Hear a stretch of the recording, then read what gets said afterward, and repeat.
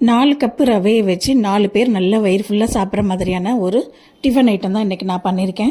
இது வந்து கோல்டன் கிப்பேன்னு பேர். இது மத்திய கிழக்கு நாடுகளில் சிரியா, எகிப்து மாதிரி மத்திய கிழக்கு நாடுகளில் டெய்லி உணவு இது.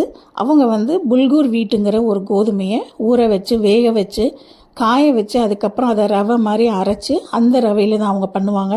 அந்த ரவையெல்லாம் நம்ம ஊரில் கிடைக்காது. நம்ம ஊர் ரவையிலேயே நான் பண்ணிட்டேன். இதை வந்து ஊற வச்சு சுடுதண்ணியில் ஊற வச்சு தான் பண்ணணும். ரொம்ப நல்ல டேஸ்ட்டாக இருக்கும். அவங்க வந்து இதுக்கு ஃபில்லிங்க்கு வந்து இறைச்சி வகைகள் தான் ஃபுல்லாக இதில் மிக்ஸ் பண்ணுவாங்க. நான் வந்து இன்றைக்கி வெஜிடபிள்ஸ் தான் போட்டிருக்கேன். நான்வெஜ்ஜும் அதில் வச்சுக்கலாம், ரொம்ப நல்லாயிருக்கும். பைன் நட்ஸ் நிறைய யூஸ் பண்ணுறாங்க, கொத்தமல்லி, புதினா, அந்த மாதிரி எல்லா ஸ்பைசஸும் யூஸ் பண்ணுவாங்க.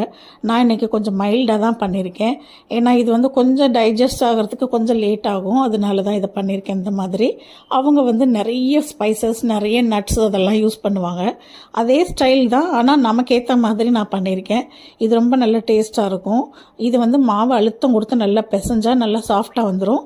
பொரிக்கும் போது மேலே அவுட்டர் லேயர் வந்து நல்லா கிறிஸ்பியாகவும் உள்ளே சாஃப்டாகவும் இருக்கும். ஃபில்லிங் வந்து ரொம்ப நல்ல டேஸ்ட்டாக இருக்குது. இதுக்கு வந்து நம்ம பொரிக்கிறது வந்து பேக் பண்ணிக்கலாம், இல்லைன்னா பொரிச்சிக்கலாம். பொரிக்கிறது வந்து நல்ல ப்ரௌன் கலரில் வரும். அந்த கலருக்காக தான் இதுக்கு பேர் கோல்டன் கிப்பேன்னு பேர். இது ரொம்ப நல்ல டேஸ்ட்டாக இருக்கும்.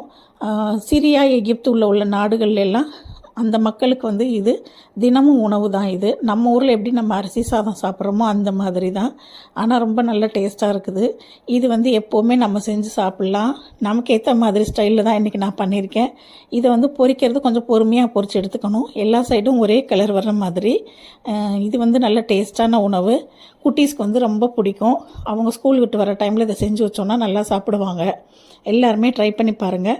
அதுவும் இல்லாமல் இது என்னுடைய 1000வது வீடியோ.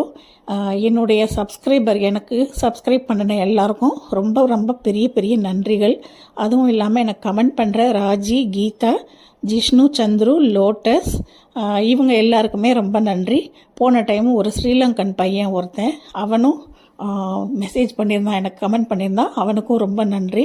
எனக்கு சப்போர்ட் பண்ணுற எல்லாருக்குமே ரொம்ப நன்றி.